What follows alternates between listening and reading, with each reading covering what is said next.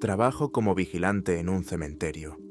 No es lo más aterrador que se pueda imaginar, hasta que descubres que uno de los clientes viene a visitarse a sí mismo. Mi trabajo es sencillo: sentarme en una pequeña caseta junto a la puerta, hacer rondas cada hora y vigilar que nadie entre por la noche. Vándalos, adolescentes, satanistas, lo habitual, pero en los últimos 6 meses no ha pasado nada. El cementerio de Oak Hill es antiguo, tranquilo, y la mayoría de los problemas se acabaron hace tiempo. Todo empezó hace unos 3 meses, en marzo. Llevaba solo un par de meses trabajando, me había adaptado, me había acostumbrado al silencio y al silbido del viento entre las lápidas. Mi horario es de 3 noches seguidas. Esa noche estaba haciendo mi ronda habitual, alrededor de las 3 de la madrugada. La ruta es siempre la misma, por la avenida principal hasta la sección antigua, luego un rodeo por las secciones nuevas y de vuelta a la caseta. La sección antigua es la más alejada y la más oscura. Hay farolas, pero dan poca luz, y la mitad de las bombillas están fundidas. A la administración no le importa. Dicen que los muertos no necesitan luz, y ahí voy yo, por el sendero entre las filas de lápidas viejas y cubiertas de musgo.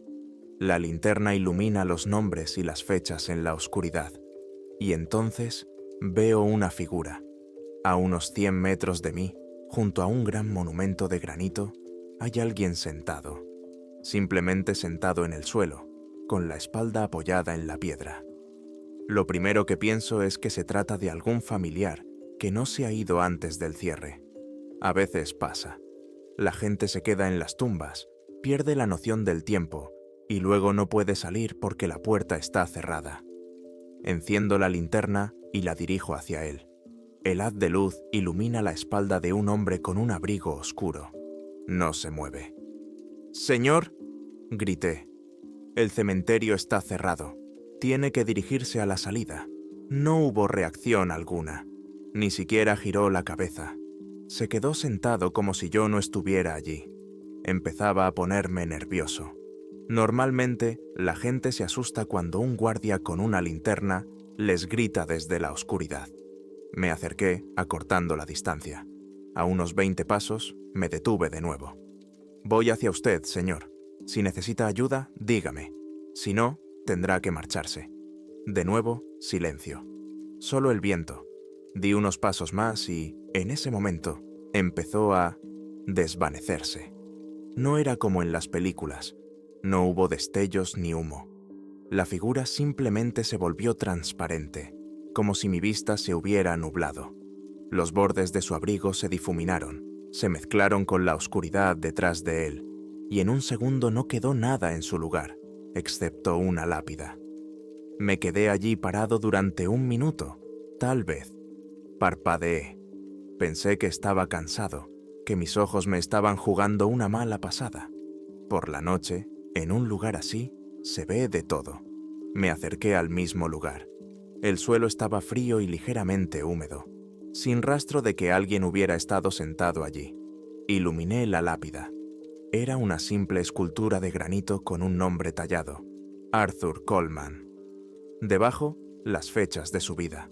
Murió hace 3 años. Esa noche lo achacó al cansancio. En el diario de guardia anotó: «Revisé la sección antigua, todo en orden». ¿Qué más podía escribir? Vi un fantasma, desapareció. Lo habrían enviado al psiquiatra ese mismo día. Su siguiente turno era dentro de 3 días.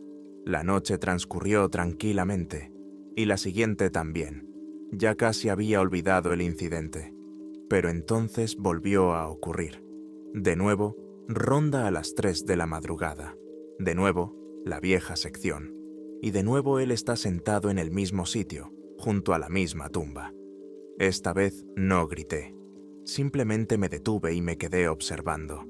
La figura era nítida, no borrosa. Un hombre de unos 45 años, con el mismo abrigo oscuro. Estaba sentado inmóvil, con la cabeza gacha. Decidí mirar la hora. Saqué el teléfono. En la pantalla marcaban las 3:33 minutos. Lo recordé. Me quedé allí de pie mirándolo durante unos 5 minutos. No se movió. Intenté acercarme, pero por el otro lado, a través de las filas de tumbas, para llegar por un costado. Caminaba muy despacio, tratando de no hacer ruido, pero tan pronto como di un paso más allá de la línea invisible, a unos 50 metros de él, volvió a desaparecer, con la misma suavidad, sin agitarse. Simplemente se desvaneció en el aire nocturno. Después de ese incidente, comprendí que no era producto de mi imaginación. Estaba sucediendo de verdad, y sucedía siempre a la misma hora. Cada vez que hacía mi ronda a las 3:30 de la madrugada, lo veía. Exactamente a las 3:33, aparecía junto a la tumba de Arthur Coleman y se sentaba allí. Empecé a prepararme para esos encuentros.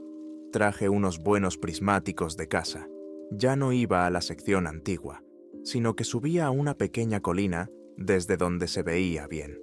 Desde allí hasta la tumba había unos 200 metros, pero con los prismáticos se veía todo. Y llegó mi siguiente turno. Estoy sentado en la colina, mirando con los prismáticos un espacio vacío junto a la lápida. A las 3:33 en punto, aparece. No viene de ningún sitio, simplemente aparece en el lugar. Al principio, el aire parece densificarse, y a continuación, de esa densificación se forma su figura. Se sienta y se queda inmóvil. Con los prismáticos pude verle la cara.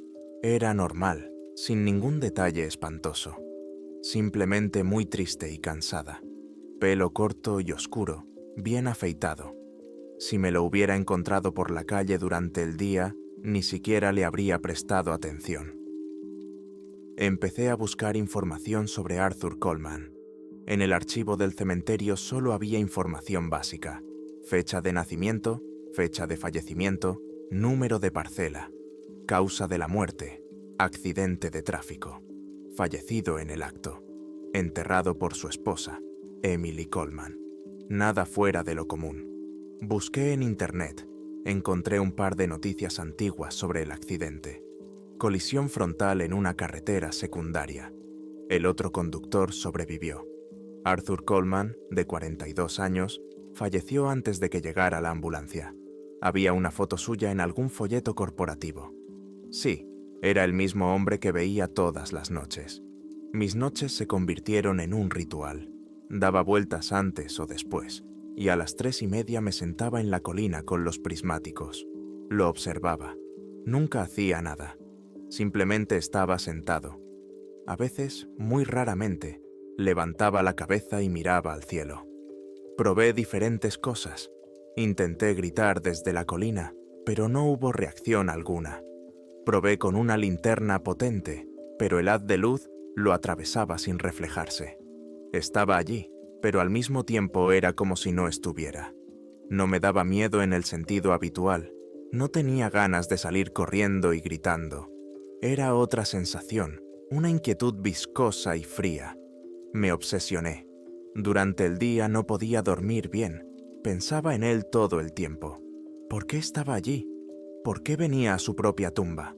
¿Y por qué precisamente a esa hora? Comprobé si aparecía por las noches, cuando no trabajaba. Llegaba en mi coche, lo dejaba junto a la carretera y me abría paso hasta mi puesto de observación. Sí, estaba allí, todas las noches, exactamente a las 3:33. Un día decidí volver a intentar acercarme. Quizás si iba muy despacio, algo cambiaría. Empecé mi camino desde la colina mucho antes de que él apareciera. Me arrastré lo más cerca que pude y me escondí detrás de una gran cruz en la tumba de al lado. Hasta la lápida de Arthur Coleman había unos 30 pasos, no más. Estaba tumbado en la tierra fría y esperaba. 3:33. El aire se estremeció y él apareció. Nunca lo había visto tan cerca. Podía ver los pliegues de su abrigo, cómo el viento le movía el pelo, aunque parecía que no había viento. Se sentó, como de costumbre. Yo estaba tumbado, sin respirar. No quería que desapareciera. Quería entenderlo. Durante unos 10 minutos me quedé tumbado, mirando, y entonces me decidí. Lentamente, Muy lentamente me puse de pie. Él no reaccionó. Di un paso, luego otro. Él seguía inmóvil. Me acerqué aún más. Quedaban unos 10 metros. Ya podría haberle hablado en voz baja. Mi corazón latía tan fuerte que parecía que él debía oírlo. Di otro paso, y en ese momento levantó la cabeza, lentamente. No me miró a mí, sino a algún lugar a través de mí. Y entonces su figura comenzó a desvanecerse.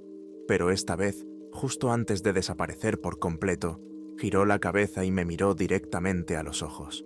Su mirada era vacía, ni malvada, ni bondadosa, ni triste. Simplemente vacía, como la de un maniquí. Y luego desapareció. Me quedé solo en medio de las tumbas. Me zumbaban los oídos. Por primera vez sentí un miedo real, animal, porque hasta ese momento era solo un fenómeno, parte del paisaje. Y ahora sabía que yo estaba allí. Me había visto. Durante los siguientes turnos no me acerqué. Volví a mi colina, pero algo había cambiado. Ahora, cuando aparecía, no se limitaba a sentarse con la cabeza gacha. A veces la giraba hacia mí. No miraba directamente, solo la giraba, como si supiera que yo estaba allí, en la colina, con los prismáticos, y me lo hacía saber. Esto duró varias semanas. Ya empezaba a pensar que sería así para siempre. Él, yo y esas vigilias nocturnas. Incluso encontré en ello una extraña y perversa tranquilidad. Pero una noche, a finales de mayo, todo volvió a cambiar. Hacía mal tiempo.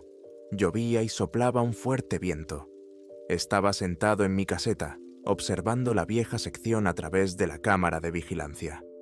La calidad era pésima, pero la había colocado de manera que se viera la tumba, solo para ver si había una mancha oscura o no. 3:33. Apareció la mancha. Había venido incluso con ese tiempo. Estaba sentado, bebiendo té y mirando el monitor. De repente, la radio de mi mesa empezó a chirriar. Era extraño, porque no había nadie en mi frecuencia. Solo el operador y yo, pero él había estado callado toda la noche.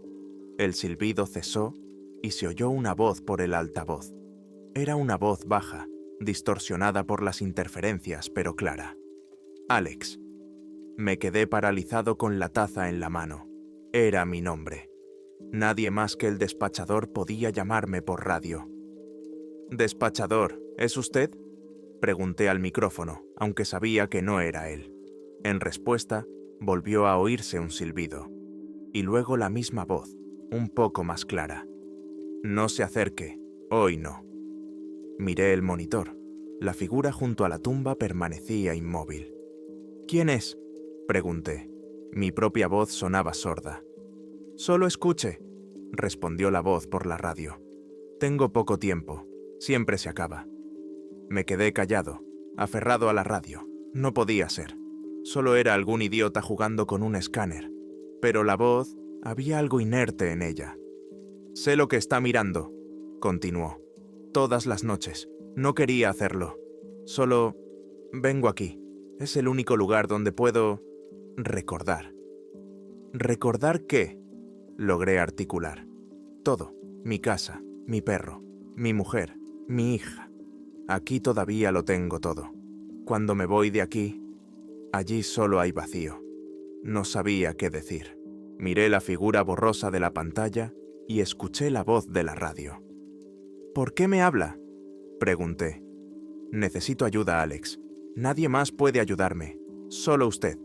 Usted está aquí. Usted puede ver». «¿Qué ayuda? ¿Qué debo hacer?». Hubo una larga pausa. Solo se oía el ruido de las interferencias. Pensé que se había cortado la comunicación, pero entonces volvió a hablar y sus palabras me heló la sangre en las venas. «Mi hija», dijo, «se llama Sara. Está en peligro. Y mi mujer, ella no me cree. Tiene que ir a verlas. Tiene que decírselo». «¿Decirle qué? ¿Que su padre muerto me habla por la radio? Me internarán en un manicomio. Dígale lo del colgante de plata. Tiene forma de media luna. Se lo regalé cuando cumplió 16 años. Dígale que debe llevarlo siempre consigo. La protegerá. Me quedé en silencio. Ya no era solo un fantasma nocturno. Era algo que se había colado en mi vida. ¿Por qué yo?, pregunté por fin. Porque pronto vendrá a por ella, igual que vino a por mí. ¿Quién es él? La voz no respondió. La radio empezó a chirriar más fuerte, y entre las interferencias oí una palabra que parecía un fragmento de frase o un nombre. Sonó como chofer o algo así, y entonces se cortó la comunicación. Miré el monitor. La figura junto a la tumba había desaparecido. El reloj marcaba las 3:49. Me quedé sentado en mi cabina hasta el amanecer, sin moverme. La lluvia golpeaba el techo. Por primera vez en todo ese tiempo, comprendí que me había metido en una historia de la que no tenía una salida fácil. Tenía información que no debía tener y una petición de una persona que no existía. Y no tenía ni idea de qué hacer con todo eso. Pero sabía una cosa: la noche siguiente tenía que volver a hablar con él. Solo que esta vez tenía que estar preparado para hacer las preguntas adecuadas. La noche después de aquella conversación por radio fue la más larga de mi vida. No salí de la cabina hasta el amanecer. Me senté y miré la pantalla vacía, donde antes se veía la figura de Arthur. Dejó de llover y, en la niebla del amanecer, el cementerio parecía especialmente extraño. La palabra chofer se me clavó en la cabeza como una espina. Era imprecisa, distorsionada por las interferencias, pero estaba seguro de haberla oído. Chofer, conductor. Se refería al segundo implicado en el accidente. Cuando terminó mi turno, me fui a casa completamente destrozado. No podía dormir. Los pensamientos daban vueltas en mi cabeza sin darme descanso. La petición de un muerto sonaba como el delirio de un loco. Pero los detalles: un colgante de plata en forma de media luna, un regalo por su 16º cumpleaños. Era demasiado concreto para ser fruto de mi imaginación. No podía simplemente ignorarlo. Si había una posibilidad entre 1.000.000 de que fuera verdad y que una chica llamada Sara estuviera en peligro, no podía quedarse al margen. Lo primero que hice fue sentarme frente al ordenador. Tenía que encontrarlas, Emily y Sarah Coleman. No vivo en una ciudad muy grande, así que no debería ser una tarea imposible. Empecé con una simple búsqueda en las redes sociales. Encontré varios perfiles de Emily Coleman. Uno de ellos se encajaba. Una mujer de unos 45 años, con muchos amigos con el mismo apellido. El perfil estaba cerrado, pero en la foto principal aparecía abrazada a una adolescente. Probablemente era Sara. Encontrar el perfil de Sarah Coleman fue aún más fácil. Estaba abierto, como el de la mayoría de los adolescentes. Cientos de fotos, con amigos del colegio, de viajes. Empecé a revisarlas todas metódicamente, año tras año, retrocediendo en el tiempo. Me sentía como el último de los idiotas, entrometiéndome en la vida de otra persona, pero no podía parar. Y lo encontré. Una foto publicada 2 años atrás. Una fiesta en el jardín, una tarta con velas. Alrededor del cuello de Sara, claramente visible en la foto, colgaba un pequeño colgante de plata en forma de media luna. En ese momento, todo cambió. Era la prueba, irrefutable. Arthur no había mentido, y yo ya no podía considerarme un simple observador. Imprimí la noticia del accidente. Decía que el segundo conductor del camión había resultado herido, pero había sobrevivido. Se llamaba Robert Skinner.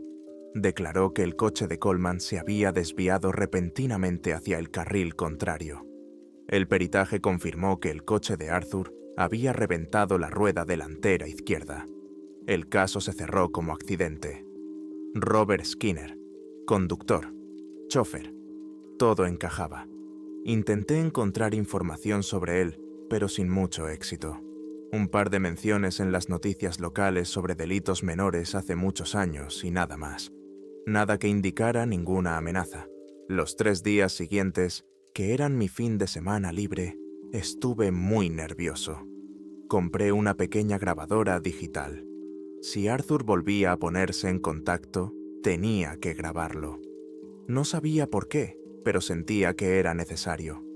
Cuando volví al trabajo, puse en marcha mi nuevo plan. Una hora antes de que apareciera, me dirigí a mi puesto de vigilancia en la colina. Pero esta vez, llevé conmigo la radio y la grabadora. Me senté en la oscuridad, mirando la tumba de Arthur y esperando. La noche era tranquila y clara. 3 horas y 33 minutos. Apareció. Como siempre, surgió de la nada y se sentó junto a su lápida. Le di unos minutos y luego encendí la grabadora y me acerqué la radio a la boca. «Arthur», dije en voz baja. «Soy Alex, estoy aquí». Silencio. Ya pensaba que no iba a funcionar. Quizás aquella conversación fue una casualidad. «Lo he comprobado», continué sin esperar respuesta. «El colgante, ella lo tiene. He visto la foto». La radio empezó a chirriar. Las interferencias eran más fuertes que la última vez. «Él lo sabe». Se oyó la voz de Arthur a través del ruido. «Sabe que usted...» «Arthur, no le oigo bien. ¿Quién es él? ¿Robert Skinner? ¿El conductor del camión?» «No es su nombre». La voz estaba llena de sufrimiento. «Lleva caras, como si fueran ropa. No se llama Robert». «¿Y cómo se llama? Dígame, Arthur, ¿quién es él?» «Estaba en el coche. Conmigo», susurró la voz. Era imposible. Arthur estaba solo en el coche. Se llevó mi cuerpo y me echó. «¿Qué está diciendo? Eso no está en el informe. Estaba solo. Está cerca de ella, observando, esperando». La voz se debilitaba. «Ella no cree. Piensa que me he vuelto loco, antes de morir». «¿Qué quiere decir?» Intenté advertirle. Le dije cosas extrañas, que me estaban siguiendo. Emily llamó a un médico. Pensó que estaba paranoico. Solo empeoraba. Arthur podría haber sufrido un trastorno mental antes de morir. ¿Y todo esto eran solo ecos de su enfermedad? Pero el colgante... «Arthur, necesito más. No puedo ir a ver a su esposa y a su hija y contarles esto. Llamarán a la policía. Necesito algo que solo su familia sepa. Algo que pueda comprobar». Hubo una larga pausa. Solo se oía el crujido y mi propia respiración, grabada en la grabadora. «Bajo el porche», se oyó por fin en la radio. «La casa vieja, el porche trasero. Los ladrillos están sueltos. El tercero a la derecha». «¿Qué hay ahí?», pregunté apresuradamente. «Una caja, para los aparejos. Mi vieja. La escondí. Sus primeros patucos. Sara. Nació antes de tiempo. Eran diminutos. Emily quería tirarlos. No la dejé». La voz se interrumpió. La radio chirrió y se quedó en silencio. Intenté llamarlo de nuevo, pero solo hubo silencio. Miré por los prismáticos. El lugar junto a la tumba estaba vacío.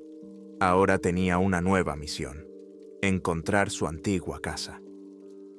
En los archivos en línea encontré registros de propiedad a nombre de Arthur y Emily Coleman. Habían vendido la casa hacía aproximadamente un año, tras su muerte. La dirección estaba al otro lado de la ciudad. Al día siguiente fui allí. Era una casa normal de una sola planta, en una tranquila zona residencial. Por lo que parecía, los nuevos inquilinos estaban en casa. Había un coche en el patio y se veía luz en las ventanas. No podía simplemente acercarme y empezar a husmear en el porche. Tuve que esperar. Volví allí varias veces a diferentes horas. Finalmente, encontré un momento en que la casa estaba vacía. Era por la noche, alrededor de las 10. Aparqué el coche a la vuelta de la esquina y me acerqué a la casa a pie, tratando de permanecer en la sombra. El corazón me latía con fuerza. Me sentía como un delincuente. Pero la imagen de los diminutos patucos en la caja de aparejos no me dejaba tranquilo. La puerta trasera era baja, de madera, con una base de ladrillo.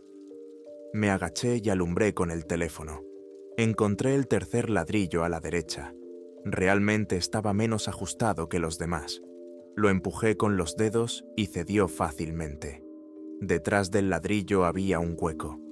Metí la mano en el hueco oscuro que olía a humedad. Mis dedos tocaron algo frío y metálico. Tiré de ello hacia mí. Era una vieja caja metálica rayada para aparejos de pesca, tal y como él había dicho. Con manos temblorosas, abrí los pestillos. Dentro, entre varios anzuelos oxidados y un sedal viejo, había un pequeño ovillo de tela amarillenta. Lo desenrollé. Dentro había un par de diminutos patucos de punto, de color blanco, del tamaño de mi pulgar. Me senté en cuclillas en la oscuridad, detrás de la casa de un desconocido, y miré los patucos. Todas mis dudas se desvanecieron. Todo lo que Arthur había dicho era cierto. Y si había dicho la verdad sobre eso, entonces también había dicho la verdad sobre el peligro que corría su hija. Dejé todo en su sitio con cuidado y volví a colocar el ladrillo. Cuando regresé al coche, no pude arrancar durante un buen rato. Saqué la grabadora y escuché la grabación. La voz de Arthur, distorsionada por las interferencias, sonaba aún más siniestra. «Lleva caras, como si fueran ropa. Estaba en el coche conmigo». ¿Qué clase de criatura era esa? Ahora sabía que tenía que actuar. Encontré la dirección donde vivían Emily y Sarah. Era un apartamento en un edificio de varios pisos. Al día siguiente, después del turno, fui allí. No iba a llamar a la puerta. Todavía no. Solo quería echar un vistazo, asegurarme de que estaban bien. Aparqué al otro lado de la calle. Alrededor de la 1 del mediodía, Sarah salió del edificio. Llevaba vaqueros y una sudadera, con una mochila al hombro, aparentemente de vuelta del colegio. Caminaba con la vista fija en el teléfono. Parecía una adolescente normal, nada preocupante. Entró en el edificio y desapareció en el interior. Me quedé en el coche otra hora. No pasó nada. Ya empezaba a pensar que había sido una tontería, que me estaba volviendo loco. Y entonces se acercó un coche al portal, un sedán oscuro, sin nada especial. No aparcó, solo se detuvo en la acera. Al volante había un hombre. No podía verle la cara por la distancia y los reflejos del sol en el cristal. Se limitaba a sentarse y mirar las ventanas de la casa. Las mismas ventanas donde, según suponía, estaba el piso de los Coleman. Se quedó así unos 10 minutos, inmóvil. Había algo antinatural en toda aquella quietud. La gente no se queda así sentada. Miran el teléfono, sintonizan la radio, se mueven en el asiento. Este estaba sentado como una estatua. Desprendía una sensación de amenaza, fría y decidida. Luego arrancó lentamente y se marchó. No sabía si era Robert Skinner o alguien más, pero recordé las palabras de Arthur. Está cerca de ella, observando. Y comprendí que no me quedaba mucho tiempo. Ya no podía seguir siendo un simple vigilante en un cementerio. Ahora era el único que se interponía entre Sarah y quien estaba sentado en ese coche. Y a la noche siguiente debía recibir la última respuesta de Arthur. ¿Qué debía hacer exactamente? La noche fue dura. Esperé junto a la radio en mi colina, pero Arthur no se comunicó. Apareció a las 3:33, como de costumbre. Se sentó junto a la tumba, y esta vez parecía diferente. Incluso a distancia, con los prismáticos, veía que su figura se había vuelto más difusa, menos estable, como si las interferencias que oía en la radio se hubieran hecho visibles. Se quedó así unos 15 minutos, sin girar la cabeza hacia mí ni una sola vez, y luego simplemente desapareció. No se disolvió gradualmente, como antes, sino que parpadeó y desapareció, como si alguien hubiera apagado un proyector. Comprendí que el tiempo se estaba acabando. Su capacidad para comunicarse, e incluso para estar allí, se estaba agotando. Y comprendí que la próxima vez no debía estar en la colina, sino allí, junto a él. Era un riesgo. Podía desaparecer en cuanto me acercara, pero tenía que intentarlo. Siguiente turno. Me preparé. Cogí la radio y la grabadora, pero no fui a la colina. En su lugar, llegué a la antigua sección media hora antes de la hora acordada. Me escondí detrás de la misma cruz maciza donde estaba la primera vez que él me vio. Desde allí hasta su tumba no había más de 30 pasos. Me tumbé en la tierra fría, encendí la grabadora y esperé. Las 3:33. El aire frente a la lápida se estremeció y él apareció. Era aún más transparente que la noche anterior. No me quedé esperando. «Arthur», susurré por la radio. «Soy Alex. Estoy aquí, cerca. Lo he visto. He visto el coche. Tiene que decirme qué hacer». La figura se estremeció. Lentamente, con evidente esfuerzo, giró la cabeza hacia mí. «No hay tiempo», chilló la radio. La voz era apenas audible. «Él me siente. Él te siente». «¿Quién es Arthur? ¿Qué quiere de Sara?» «La vida», exhaló la voz. «Se alimenta de vidas ajenas, de momentos robados. El accidente no fue casualidad. Él estaba allí. No era Skinner. Él empujó a Skinner y ocupó su lugar. Un segundo antes del choque. No quería muertes. Quería una conexión. No lo entendía». «¿Una conexión? ¿Qué conexión?» «Él te toca en el momento del terror y deja una marca, un ancla. Luego puede venir a por usted, cuando quiera. Me marcó, pero algo salió mal. Mi mente no se rompió. Me quedé aquí. No puede terminar. Por eso la necesita a ella, mi sangre, mi hija. Ahora lo entiendo todo. Este chofer era una especie de parásito que no se alimentaba de la muerte, sino del proceso en sí, del horror del accidente, para crear un vínculo con la víctima. «¿Cómo podemos detenerlo?», pregunté con voz temblorosa. «¿El colgante? ¿Es suficiente?» «El colgante la ocultará, por ahora, pero el ancla, hay que destruir el ancla». «¿Qué ancla? ¿Dónde está?» «El coche, mi coche».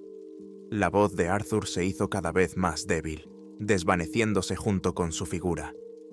El anillo de boda cayó debajo del asiento. Lo tocó cuando se llevó mi cuerpo. Es su marca en mi vida, en mi familia. «Funde el coche, Alex, quémelo». La figura de Arthur Coleman se desvaneció por completo. La radio chirrió y se cayó. Me quedé tumbado en la oscuridad, apretando en mi mano la grabadora con sus últimas palabras. Tenía un plan. Horrible, descabellado, pero el único. Para empezar, tenía que encontrar el coche. Llamé a varios servicios municipales, me hice pasar por un agente de seguros que trabajaba en un caso antiguo y, tras un par de horas de engaños y persuasiones, averigüé que los restos del coche de Arthur Coleman, un sedán azul oscuro, habían sido enviados a uno de los mayores desguaces de coches a las afueras de la ciudad. A la noche siguiente no fui a trabajar. Llamé y dije que estaba enfermo. En lugar de eso, fui al desguace. Un campo enorme, lleno de coches oxidados y destrozados, en filas que se perdían en la oscuridad. El terreno estaba rodeado por una valla de malla, pero alguien había hecho un agujero en un sitio. Me colé dentro. Llevaba una linterna potente, un palanca y un pequeño soplete de gas portátil. Lo había comprado por la tarde en una ferretería. Podía alcanzar una temperatura suficiente para fundir oro. Caminé entre las filas, iluminando con la linterna los restos de los coches. Parecía un cementerio de gigantes. Finalmente, en el rincón más alejado, lo encontré. Lo que quedaba de un sedán azul oscuro. El coche estaba casi partido por la mitad por el impacto frontal. Iluminé el interior a través de la ventana rota. El interior estaba destrozado, los asientos arrancados de sus fijaciones. Metí una palanca en la puerta atascada y con gran esfuerzo la abrí. El olor dentro era horrible, una mezcla de gasolina, tapicería vieja y algo más, dulzón y nauseabundo. Empecé a buscar. El asiento del conductor estaba hundido en el salpicadero. Iluminé con la linterna todos los rincones, apartando la basura y los fragmentos de cristal. Tenía las manos llenas de suciedad y aceite, y me corté varias veces con los bordes afilados del metal, y entonces mis dedos lo encontraron. Bajo el asiento doblado, en una capa de suciedad compacta, brillaba algo amarillo. Lo enganché con la punta de la palanca y lo saqué. Era un sencillo anillo de oro, un ancla. En el momento en que lo apreté en la palma de la mano, sentí un frío. No era el frío habitual de la noche, sino un frío que calaba hasta los huesos. Levanté la cabeza. Al final del camino, entre las filas de coches, se encendieron unos faros. Era el mismo sedán oscuro que había visto en casa de Sara. Estaba allí, a unos 100 metros de mí, con el motor en marcha. La puerta se abrió y una silueta salió del coche. Era alto y vestía ropa oscura. No se movía, solo estaba de pie mirando en mi dirección. No le veía la cara, pero sentía su mirada. No gritaba, no corría hacia mí. Simplemente esperaba. Sabía que estaba allí. Sabía lo que tenía en la mano. La pánico me subió por la garganta. Quería dejarlo todo y correr. Pero recordé la mirada vacía de Arthur y la voz tranquila de la radio. Saqué el soplete de la mochila. Me temblaban tanto las manos que apenas pude encenderlo. Por fin, brotó una llama azul y sibilitante. Puse el anillo sobre el capó del coche accidentado. Apunté con el soplete y apreté la válvula. El oro empezó a calentarse y luego se puso rojo. La silueta en la distancia dio un paso adelante, luego otro. Empezó a caminar lentamente hacia usted. No corría, sino que avanzaba con pasos mesurados e implacables. Usted miraba alternativamente a él y al anillo. El oro comenzó a derretirse, a perder su forma, convirtiéndose en una gota informe. La figura del hombre aceleró el paso. Ya estaba a 50 metros. No soltaba la válvula del soplete, volcando toda mi voluntad en el pequeño trozo de metal. Cuando el anillo perdió definitivamente su forma y se convirtió en un pequeño lingote chisporroteante, la figura humana en la lejanía se estremeció. Su silueta se onduló, como en un televisor viejo. Se detuvo, sus contornos comenzaron a distorsionarse, a estirarse, y luego simplemente desapareció. Se disolvió en la oscuridad. Las luces del sedán se apagaron, y un segundo después, el coche también desapareció. Todo quedó en silencio. Solo quedábamos yo, el ruido del quemador y el olor a ozono. No recuerdo cómo salí del vertedero y llegué a casa. Al día siguiente escribí una carta. No mencioné los fantasmas ni la maldición. Le escribí a Emily Coleman que era un viejo amigo de Arthur, con el que habían perdido el contacto. Le dije que, poco antes del accidente, Arthur no era él mismo, que decía que alguien les vigilaba a él y a su familia, que me había hecho prometer que, si le pasaba algo, me aseguraría de que Sara siempre llevara el colgante de plata que le había regalado. Escribí que había encontrado ese anillo en el lugar del accidente hacía muchos años y que había decidido que debía estar con ellos. Metí la carta y un pequeño lingote de oro frío en un sobre. Por la noche, cuando llegué a su casa, dejé el sobre en el buzón y me fui. Han pasado varios meses desde entonces. Sigo trabajando en el cementerio de Oak Hill, pero Arthur Coleman nunca volvió a aparecer. Cada noche, a las 3:33, el lugar junto a su tumba permanece vacío. Ya no oigo su voz por la radio. Hace un par de semanas, por la tarde, pasé por delante del colegio de Sara. La vi salir con sus amigas. Se reían. En su cuello, brillando al sol, colgaba un colgante de plata en forma de media luna.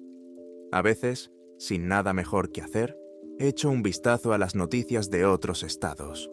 Busco noticias sobre accidentes extraños con supervivientes, en los que los testimonios de los testigos se contradicen entre sí. El informe oficial del accidente de tráfico, en el que murieron Arthur Coleman y Robert Skinner, ha sido recientemente eliminado de la base de datos pública de la policía. La razón oficial: fallo técnico en el archivo del servidor.